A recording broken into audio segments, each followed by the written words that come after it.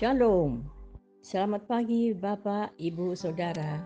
Terima kasih telah bergabung bersama kami dalam renungan harian Jemaat GKJ Bandung. Bersama kita akan mendengarkan firman Tuhan dan merenungkannya.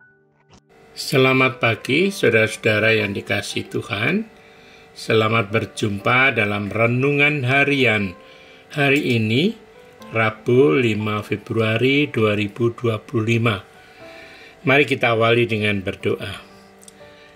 Bapa di sorga, kami mengundang dan mempersilakan Tuhan menyapa kami melalui firman-Mu. Kami akan mendengarkan apa yang Kau kehendaki untuk hidup kami. Dalam Kristus kami berdoa. Amin. Saudara-saudara, tema kita hari ini adalah tujuan hidup. Silakan Bapak Ibu membaca sebagai dasar dari kitab Yosua Fatsal 1 ayat 1 sampai 9. Saya akan membacakan ayat 9 bagian belakang yang demikian firman Tuhan. Janganlah gentar dan jangan kecut hatimu, sebab Tuhan Allahmu menyertai engkau kemanapun engkau pergi. Demikian firman Tuhan. Saudara-saudara, bagaimana saudara menempuh perjalanan saudara setiap hari ke tempat tujuan? Tentu di antara kita ada yang menempuhnya dengan membawa kendaraan sendiri, entah itu roda 2 atau roda 4, atau ada yang dengan kendaraan umum seperti angkot, bis kota, dan kereta api. Bahkan ada yang dengan jalan kaki. Saudara-saudaraku, saat saya masih tinggal di Nata Endah, Kopo, suatu hari saya menempuh perjalanan ke gereja dengan sebuah bis kota, Damri. Saya menempati tempat duduk agak di belakang karena tempat duduk di depan sudah dipadati oleh penumpang-penumpang lain. Tiba-tiba dari jauh saya melihat seseorang yang turun dari sebuah angkot dan lari terpontang-panting menuju bis.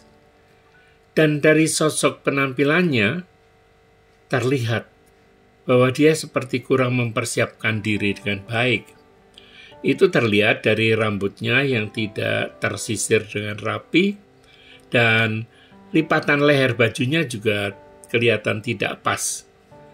Bahkan dasinya dilipat-lipat di saku belakangnya. Setelah dia naik, maka bis pun mulai bergerak. Dan ketika bis sudah mulai melaju, dia berjalan di lorong deretan depan sampai ke belakang, lalu menghempaskan diri di kursi di seberang saya. Tiba-tiba ia memandang sekeliling dan mengucapkan kata-kata dengan terengah-engah. Bis ini yang ke Dipati Ukur ya?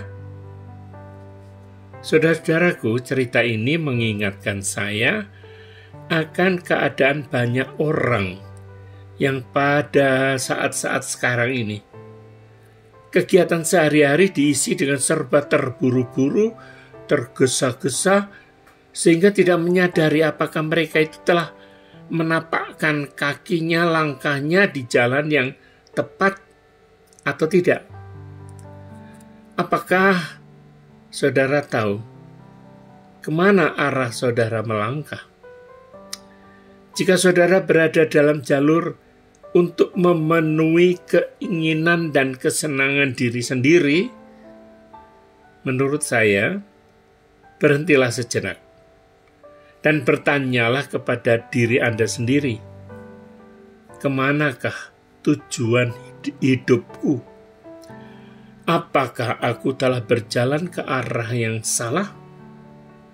Jika memang demikian, berbaliklah dan jangan melanjutkan, berbalik dari jalan itu dan akuilah dosa-dosa Anda kepada Kristus dan mohonlah pengampunan darinya. Kenapa? Saudara-saudaraku yang dikasihi Tuhan, kita tidak tahu hidup kita ini masih panjang atau tidak. Maka setiap pagi, jangan pernah lupa berdoa. Kita serahkan perjalanan hidup kita ini kepadanya. Jadikanlah Tuhan Yesus sebagai Tuhan dan Raja dalam hidup kita, dalam perjalanan hidup kita. Maka kita pasti akan berada di jalan benar, jalan kebahagiaan bersama Dia. Dan kita akan menuju ke kehidupan yang benar dan mulia. Amin.